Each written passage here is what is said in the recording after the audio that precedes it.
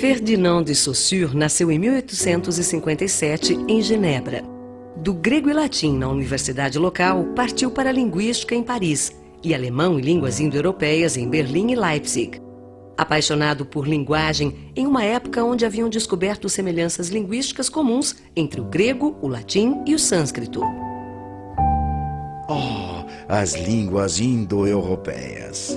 Saussure defendeu aos 21 anos a sua dissertação sobre o primitivo sistema das vogais nas línguas indo-europeias e aos 23 a sua tese sobre o uso do caso genitivo em sânscrito na Universidade de Leipzig. Lecionou na Escola Prática de Altos Estudos em Paris e aos 34 anos voltou à Universidade de Genebra para ensinar línguas indo-europeias, gramática comparativa e linguística.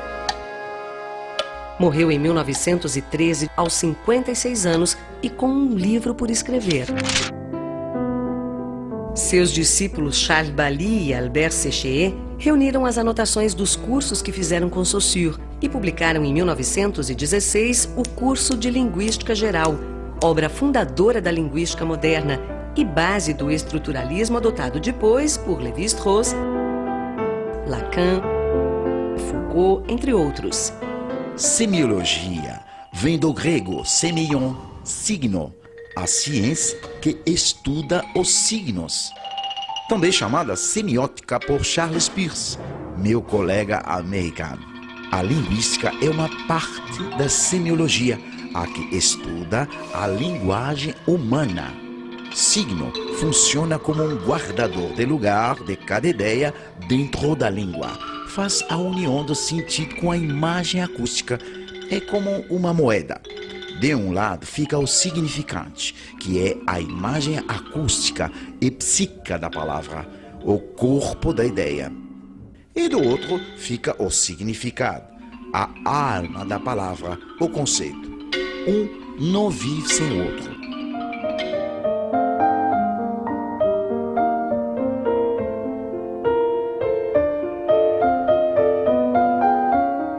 Pegue o signo casa, por exemplo.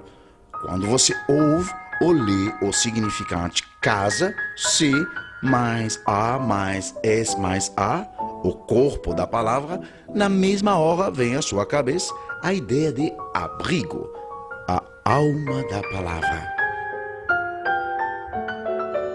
Saussure desenvolveu a sua doutrina em dicotomias, que quer dizer divisão em duas partes. A linguagem é redutível a 5 ou 6 dualidades ou pares de coisas. A primeira dicotomia, significado e significante, é a que acabamos de explicar. Depois, temos a língua e fala. Para Saussure, língua em francês, langue, é diferente de fala, em francês, parole. Língua é social, resultado coletivo do consenso das pessoas sobre seus signos. Fala é individual.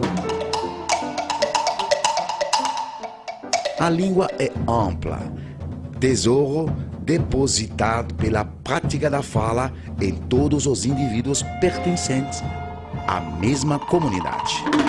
Como se todo mundo fizesse um trato tão importante, que, como diz o professor Castelar de Carvalho, da UFRJ, no seu livro Para Compreender Saussure, a sociedade pode abolir qualquer uma das suas instituições, exceto a língua.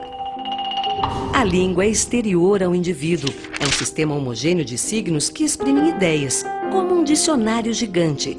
A fala, ao contrário, é multifacetada, heterogênea. Cada pessoa escolhe com que signos vai exprimir as suas ideias. Eu falo, minha casa é azul. Você fala, minha moradia é cor do céu. A língua é a mesma, o significado também. Mas, na fala, cada um escolhe os seus significantes. Diacronia é a pesquisa histórica que investiga como a língua evolui e se modifica externamente no tempo. Por exemplo, como foi que senhorinha virou senhorita. Sincronia é a pesquisa descritiva, foca no interior da língua, em um tempo X, no intuito de descobrir como a língua funciona. Saussure foi muito criticado porque focou na sincronia. Eu queria era entender as relações dos signos uns com os outros, dentro da língua, sincronicamente. Isso é, ao mesmo tempo, e não ao longo do tempo. Ele compara a língua a um jogo de xadrez. No xadrez, o valor de cada peça depende de sua posição no tabuleiro. Na língua também, cada peça tem seu valor determinado pela oposição aos outros elementos. O tempo não muda a regra básica do jogo. Isso nos leva à linearidade e à arbitrariedade. A língua tem linearidade, ou seja, os elementos são colocados em linha, um atrás do outro, em uma ordem pré-estabelecida, que faz com que você fale a pata nada e não a nada pata. Embora o pensamento não seja sucessivo, linear, quando ele se concretiza em significantes, automaticamente faz uma fila de palavras, a frase.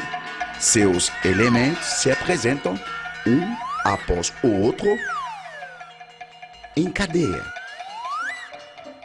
O pensamento funciona assim como uma força estruturante da língua.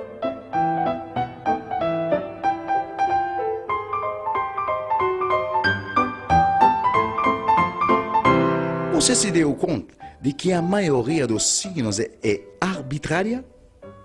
Um cão, por exemplo, poderia muito bem se chamar gato, e o gato, elefante. Alguns signos, quando decorrem de outros, como por exemplo 19, decorrente de 10 mais 9, são motivados. Mas a maioria é imotivada. E finalmente, a quinta dicotomia. O paradigma, como bem diz a palavra, é um modelo gigantesco da língua, onde ficam guardadas todas as relações virtuais possíveis entre os signos, sentadas no banco de reservas da memória. Se eu digo Maria come sorvete, busquei no banco esses 3 signos e fica presumido que eu não busquei outros.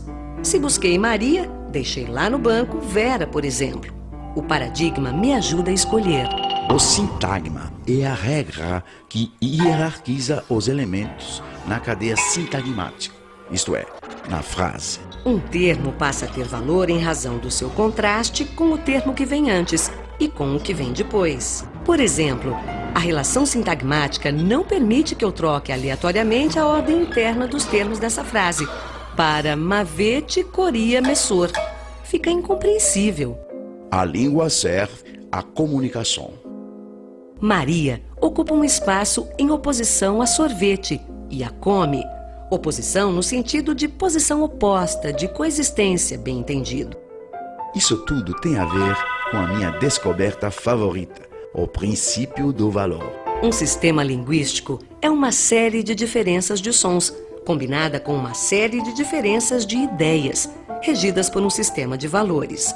O valor do signo é ocupar um espaço único na relação da língua, igual só a si mesmo, em função e posição. Imagine que você é estrangeiro e não conhece a língua. Você vai ouvi-la como uma linha sonora contínua, sem sentido. Você não sabe identificar as porções que façam sentido. Só o princípio do valor, que governa a língua, dá a você o conhecimento para recortar as porções de sonoridade na medida que signifiquem ideias. Voilà! Espero que você tenha gostado de nossa relação sincrônica e diacrônica.